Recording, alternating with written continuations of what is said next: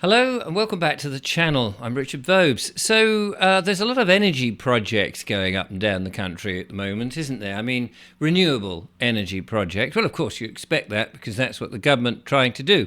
Is push us towards renewable energy and get rid of the terrible carbon footprint enhancing energy projects that we've managed to survive with for so long and has actually managed to keep us warm. You know what I mean? Gas fires, wood burning stoves, a little bit of coal, and some electricity, of course, from the national grid. But that's all killing the planet, isn't it? Oh my goodness, the planet will explode. Or is it the planet, or is it the people in it? Or is it really just lining the pockets, really, of those people who are earning all the money from all of this, having all these projects under the myth of global warming? Maybe that's what it is.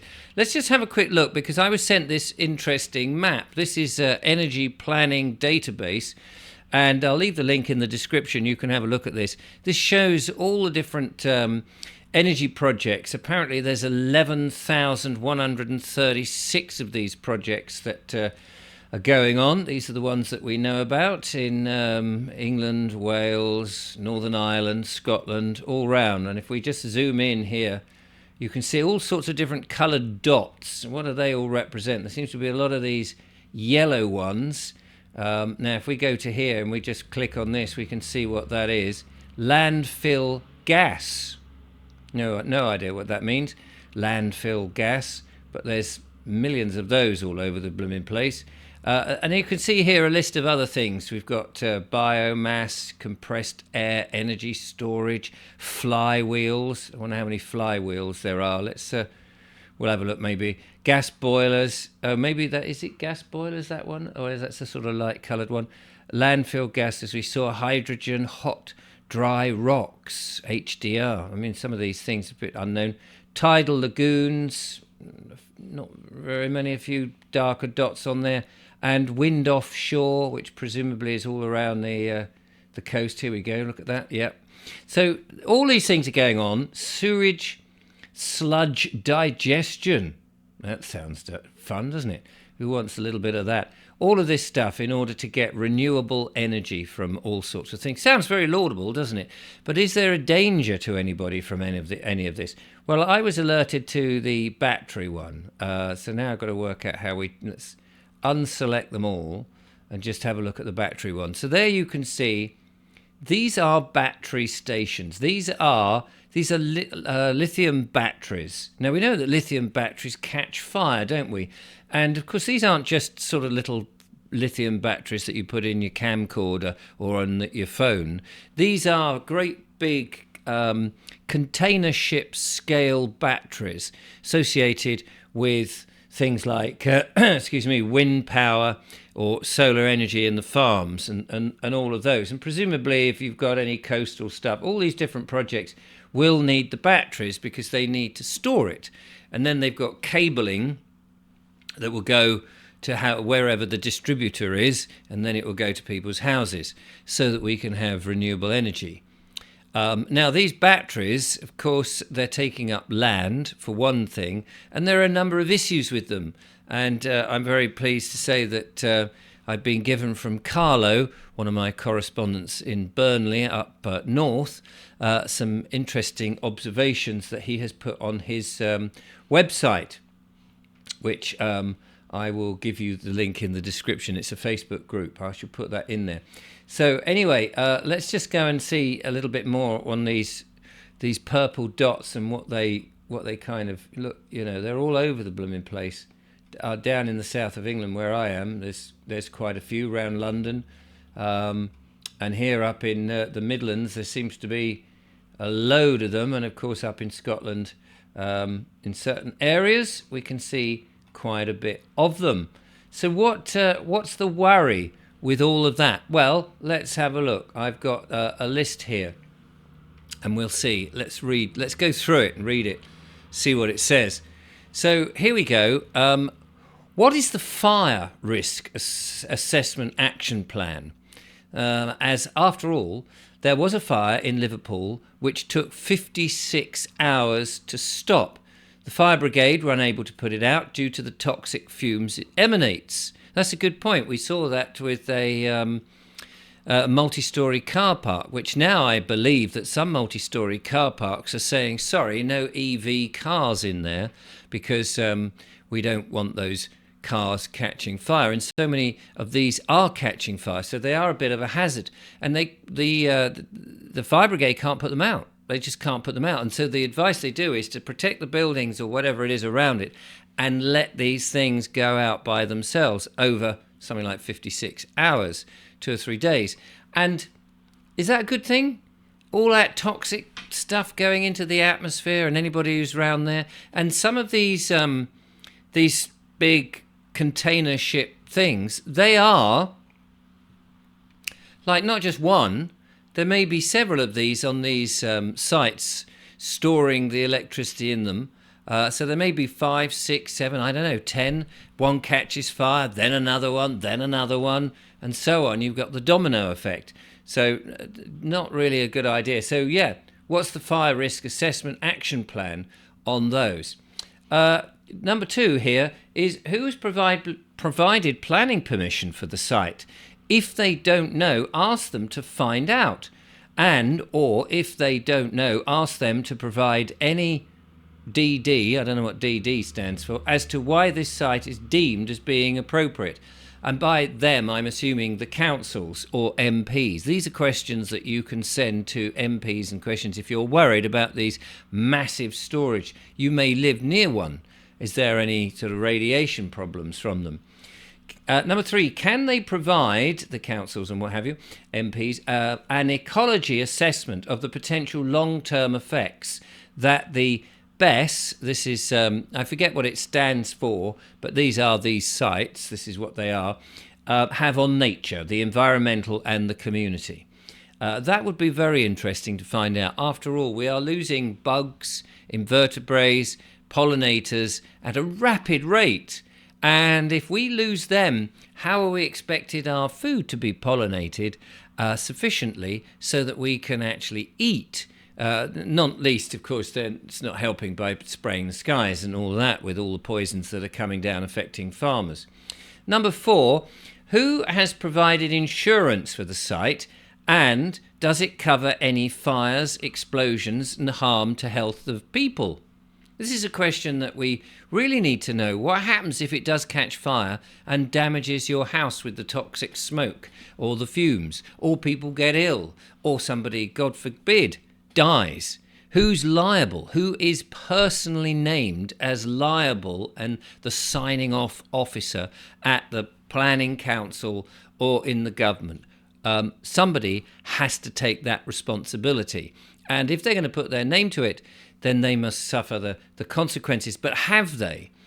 Number 5, how many people objected to the site and or how many residents were made aware of the site being planned? That's always a good one, isn't it? I mean, in the old days, you used to have bits of paper that's fixed to lamp posts and signs. You were given, 3 or 4 months to go to the town hall to have a look at the plans, to put in a thing. People don't seem to be that interested in their locality. I think that's been a deliberate policy to stop people being interested. We used to have radio stations, local radio. We used to have newspapers that actually talked about things. People were encouraged to be interested. But you've noticed that those have been bought up and actually the news is much broader, it's more wider and often about other places, not our home, not on our region, not locally. And so these things are not discussed. And because they're not discussed, we don't know about it and we're discouraged from taking an interest so that planning applications can go in and nobody actually notices. That to me is terrible and is what's been going on. How much notice did they give residents, or in another a less legalese word, people in the area, and what is their objection procedures? Yes, does it get overridden anyway? That's what I'd like to know. Number 6, you can say something. You can say something like, who is the responsible person at the council granting approval, i.e. the job position and title, or which department. we can serve notices on these people. But this is it. You've got to get the name of somebody. It's very difficult to serve notice on a dead entity, such as a corporation or the so-called public authority that the council comes under.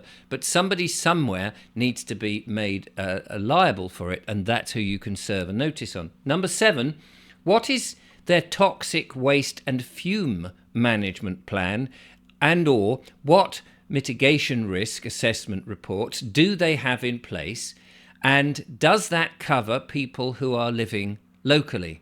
As we said, toxic waste is likely to cause massive health issues, which you have no reason to believe is going to happen if you've chosen where you want to live, particularly in a rural area, and then they put a dirty, great big lithium battery storage tank, or series of them, in your immediate neighbourhood, within 2-3 miles, in which the wind, if it should it catch fire, those toxic fumes envelop you and cause all sorts of perhaps lung problems, skin problems, eye problems, all sorts of health problems.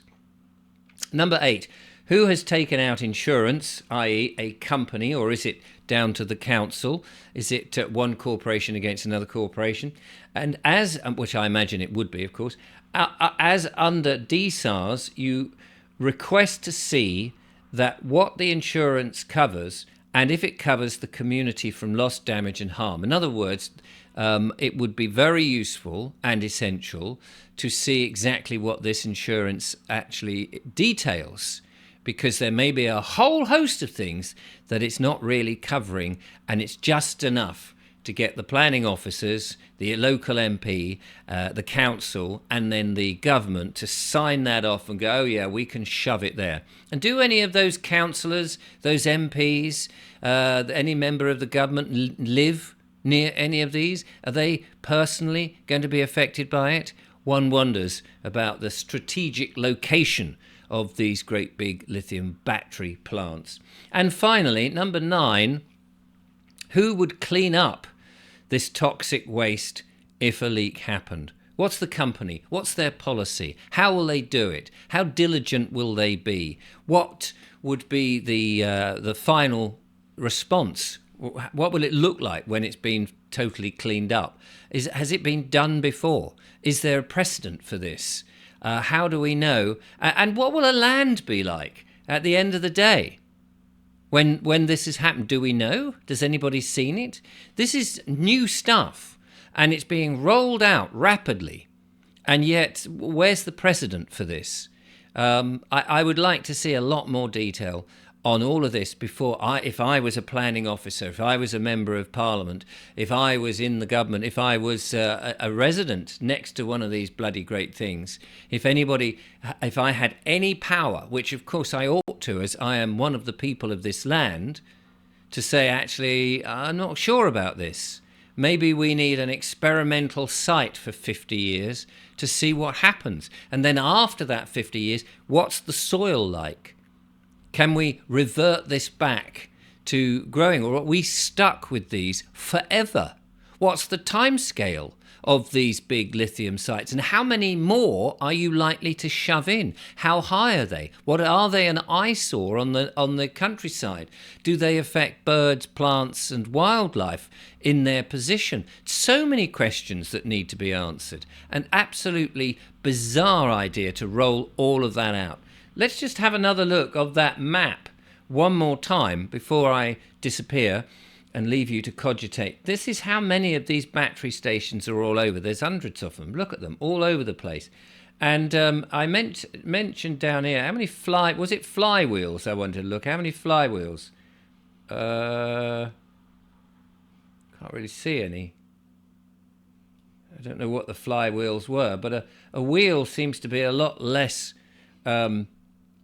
toxic than the other stuff. Let's get rid of that. They were in green. Gas boilers, none. Okay. Landfill gas, oh yes, that's what we were seeing. There were loads of those. Hydro. So you can play with this. Liquid air energy storage, just a few. Sewage, yeah, not so many. Short line wave, don't know what that is. And so on and so on. You can play with that. But Advanced conversion technologies, a few of those. Air source, heat pumps, anaerobic digestion. Look at those. Anaerobic digestion are everywhere. And then batteries. Absolutely staggering, the amount of things that are all over this great, wonderful land. It's going to look absolutely awful. What are these people thinking? These people, so-called people in power, what are they thinking other than let's destroy the countryside, let's destroy the people, let's do all that we can to make life really nasty on the back of this myth of man-made global warming, as if we don't need any more CO2 in the atmosphere. We need it because that's what makes plants grow. And besides, don't forget, they're dimming the skies. So all these solar panels that they're shoving up everywhere that will have these batteries attached to them are not going to capture any sun because they keep blotting it out. And they do it on purpose and they admit it. So there's a bit of an irony and an oxymoron all rolled into one. We should be challenging these MPs, these planning officials, and all of that left, right and centre. In fact, we should be having an alternative government, an alternative governance. We shouldn't be having these people who are doing stuff that I don't believe very many people have actually asked for. If you ask me, more people by hundreds, by thousands, have not asked for what we're being delivered than those that have actually asked it. I would love to see a count-up of those people who've said, yes, please, I want a lithium battery storage, container-sized, next to my house. Yes, please, I want 5G all around the town, radiating my brain. Yes, please, I want the countryside covered in dark glass. Yes, please. Who are the people that have actually said yes to all of this? That's what I want to know, because I think if anyone has said yes, they've been massively deceived.